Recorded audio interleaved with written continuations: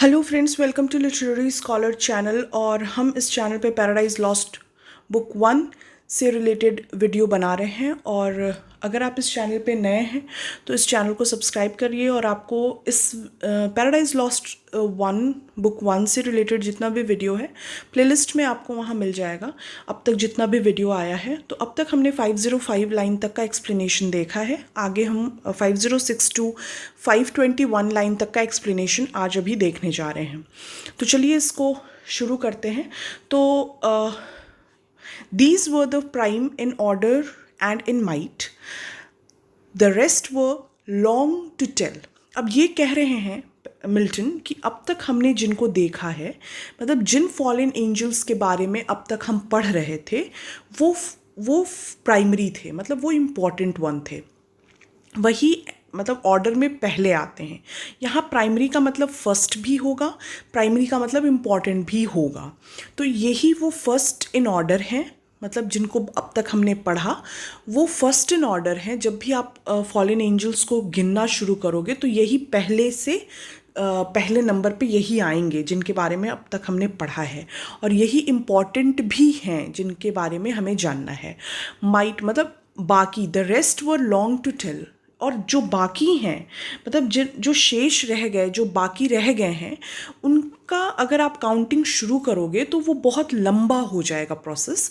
और फिर ये जो पूरा मैंने वर्क शुरू किया है पैराडाइज लॉस्ट, मिल्टन कह रहे हैं कि वो अधूरा रह जाएगा। तो उनको काउंट करना इज़ नॉट वेरी इंपॉर्टेंट। दो फार रिनाउंड द आयोनियन गॉड्स। अब ये कह रहे हैं यहाँ पे, मतलब चूँकि हमने अब तक इम्पॉर्टेंट वन देख लिए हैं, प्राइमरी और फर्स्ट जो फर्स्ट रहे हैं जिन ऑर्डर में, उनके बारे में हमने पढ़ रखा है। लेकिन कुछ रिनाउंड रह गए हैं जिनमें से एक है आयोनियन गॉड्स। तो आयोनियन गॉड्स मतलब कौन? आयोनियन का मतलब अगर आप यहाँ देखोगे रेफरेंस में, तो आयोनियन जो हैं वो 4 इम्पॉर्टेंट जो ट्राइब्स हुई हैं ग्रीक की, जो ग्रीक्स ऐसा मानते हैं कि वो उन्हीं में डिवाइडेड हैं।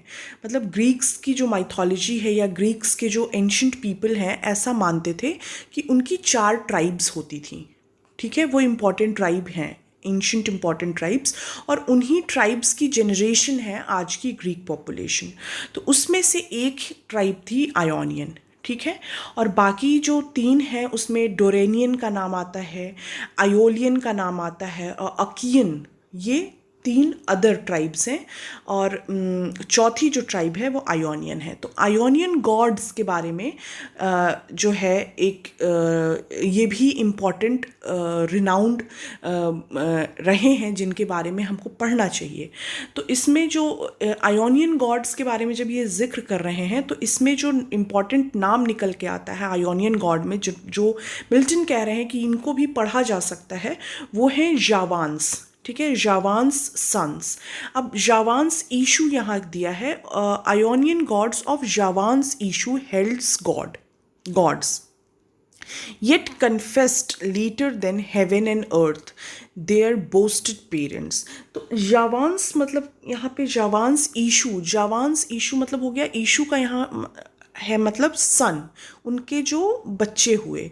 तो जावान्स के बारे में अगर हम बात करें तो ऐसा कहा जाता है कि 4th सन ऑफ नोआ जो हुए, नोआ जो थे, उनके जो चौथे बेटे थे जेफेथ कहते हैं, या आई डोंट नो कि मैं ठीक प्रोनाउंस कर रही हूँ कि नहीं, अगर गलत होगा तो आप उसको करेक्ट कर लीजिएगा। तो अकॉर्डिंग टू जनरेशन ऑफ नोआ, book of genesis chapter 10 in Hebrew Bible, तो उन्हीं के जेफेथ के बेटे थे जोआन्स। ठीक है, और जोआन्स के जो बच्चे हुए उनमें से जो नाम आता है वो एलिशाह करके एक नाम है, फिर सेमिथिस, सेथिमस, डोनेनियंस और टार्शस, ये 4 बेटे हुए हैं जोआन्स के, जिनके बारे में ये कह रहे हैं कि हमें पढ़ना चाहिए। ठीक है, इनकी मतलब ये इम्पॉर्टेंट रहे हैं। ठीक है। और फिर आगे कहते हैं कि येट कन्फेस्ड लेटर देन, अब इनके बाद अगर आप देखो कि जो इम्पॉर्टेंट वन है जिनको हम इसमें शामिल नहीं किए फॉलन एंजल्स में, yet they are important to read. उसमें एक तो आ गया आपके आयोनियन गॉड्स जिसमें जवान्स का रेफरेंस इन्होंने लिया। फिर वो कहते हैं कि येट कन्फेस्ड लेटर, और बाद के जो हम पढ़ने जा रहे हैं अभी, बाद के जो हैं उनमें से अगर हम देखें तो कन्फेस्ड मतलब कहा जाता है यहाँ पे एडमिट करना, कि बाद में जो एडमिट करने लायक हैं या बाद में जो देखने लायक हैं आफ्टर आयोनियन गॉड्स, उसमें आता है later than heaven and earth they boasted their boasted parents. Heaven and earth their boasted parents. अब यहाँ पे जिनकी बात कर रहे हैं वो टाइटन्स की बात कर रहे हैं। टाइटन्स कौन थे? ठीक है, टाइटन्स ऐसा माना जाता है कि ये प्री ओलंपियन गॉड्स हैं। ठीक है, ग्रीक माइथोलॉजी को अगर आप पढ़ोगे तो उनके अकॉर्डिंग जो ओलंपियंस हैं, ठीक है, Olympians were the son of titans. ठीक है, टाइटन्स के बेटे बच्चे थे ओलंपियंस गॉड। और और जो टाइटन्स हैं उनमें अगर हम देखें तो ये जो मतलब जो दो इम्पॉर्टेंट ऐसा माना जाता है कि यूरेनस और गाया, मतलब यूरेनस मतलब हो गया स्काई और गाया मतलब हो गया अर्थ।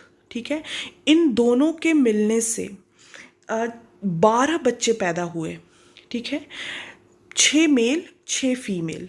तो जो मेल्स हैं उनमें जो अंतिम बच्चा था उनका, जिनको कोरोनस कहते हैं, इसको कहीं कहीं आप सैटर्न के रूप में भी पढ़ोगे। सैटर्न को भी मतलब सबसे छोटा बच्चा, 6 मतलब 6 बच्चे, 6 मेल 6 फीमेल। ठीक है, यूरेनस एंड गाया। गाया मतलब अर्थ और यूरेनस मतलब स्काई। तो स्काई और अर्थ के 6 करके 12 बच्चे हुए। 6 बच्चे जो थे उसमें मेल थे, 6 बच्चे फीमेल थे। तो यंगर सन, जो सबसे छोटा बेटा था, जो कोरेनस का नाम आता है, उन्हीं को सैटर्न भी कहा जाता है, वो और रिया, ठीक है, इनकी सिस्टर, 6 जो फीमेल थी उनमें से रिया जो दूसरे नंबर की चाइल्ड थी, इन दोनों ने शादी की। ठीक है, इन दोनों की शादी करने से पहला जनरेशन ऑफ ओलंपियन गॉड पैदा हुए। ठीक है, मतलब जो ओलंपियंस हैं वो रिया और कोरोनस, सेटन के बच्चे हैं। ठीक है, अब ये जो फर्स्ट जनरेशन ऑफ ओलंपियंस हैं उसमें 6 सिबलिंग्स हैं। ठीक, जो 6 सिबलिंग्स हैं उसमें जो हैं Zeus, Hades, Poseidon, Hestia, Demeter and Hera. ठीक है, ये 6 बच्चे हुए इन दोनों के, रिया और सेटर्न के। ठीक है, या आप कहें कोरोनस के। कोरोनस जो है सैटर्न का ग्रीक वर्जन है। ग्रीक माइथोलॉजी में जब आप पढ़ोगे तो उसको कोरोनस पढ़ते हैं, और वही कोरोनस को अगर आप रोमन माइथोलॉजी में जाओगे तो वही कोरोनस सेटर्न हो जाते हैं। ठीक है, तो अब यहाँ पे वो कह रहे हैं कि gods yet confessed later than heaven and earth. Heaven and earth के बच्चे मतलब गाया और यूरेनस के बच्चे थे टाइटन्स।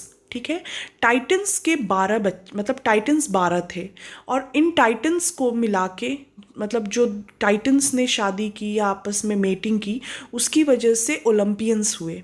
तो अब यहाँ पे एक रेफरेंस है इनका, आप इनको जब तक समझोगे नहीं तो फिर आगे का ये क्या बोल गए हैं नहीं समझ में आएगा। तो पहले मैं आपको थोड़ा सा ये टाइटन्स एंड ओलंपियंस की स्टोरी क्लियर कर देती हूँ।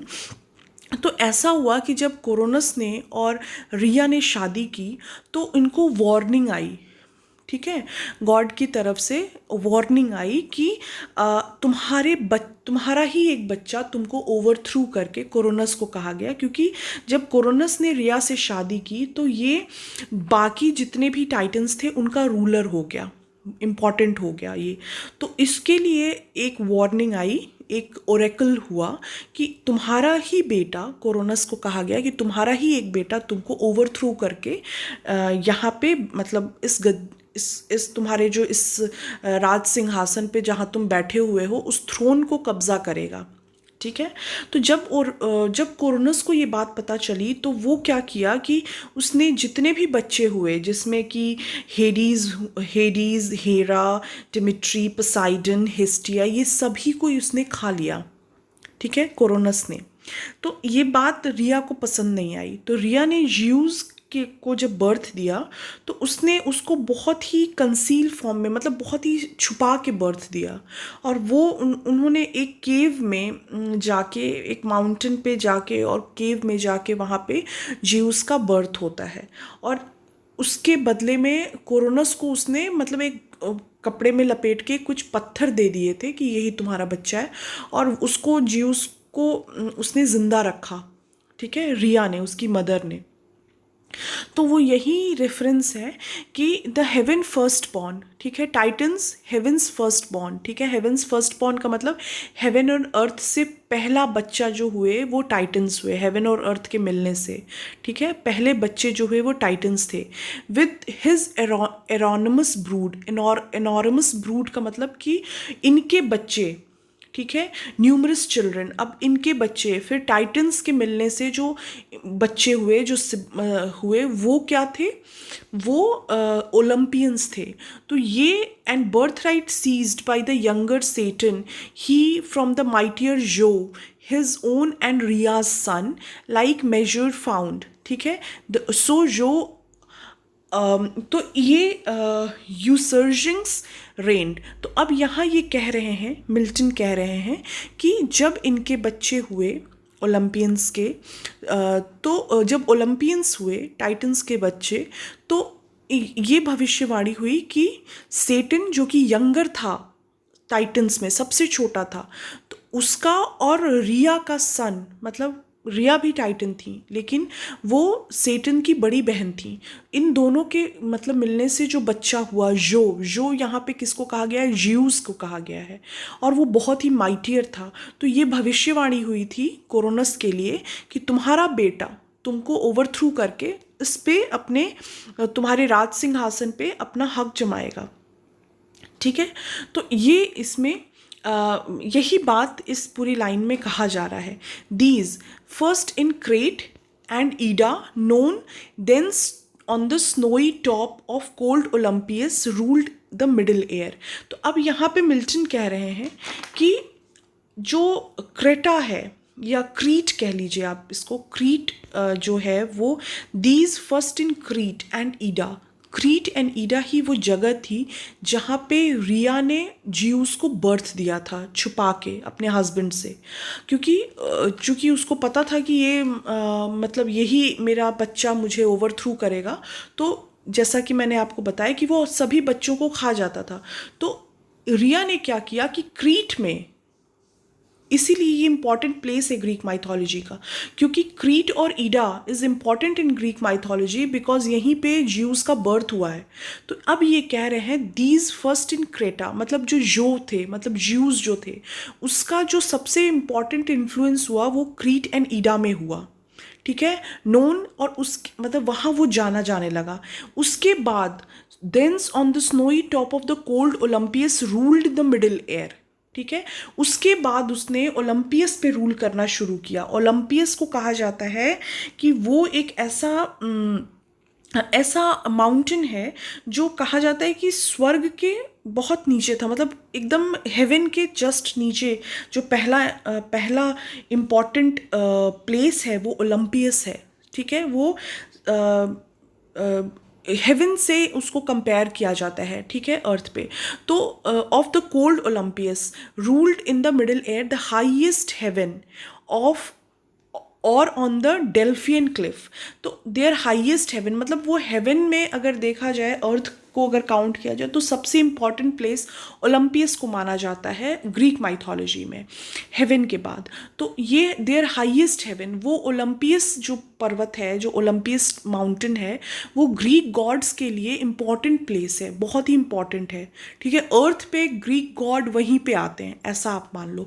On the Delphian cliff. अब डेल्फियन क्लिफ की कहानी है कि एंशिएंट ग्रीक में ऐसा कंसिडर किया जाता है कि Delphian is the centre of the earth, ठीक है, अर्थ का सेंटर या वर्ल्ड का सेंटर है।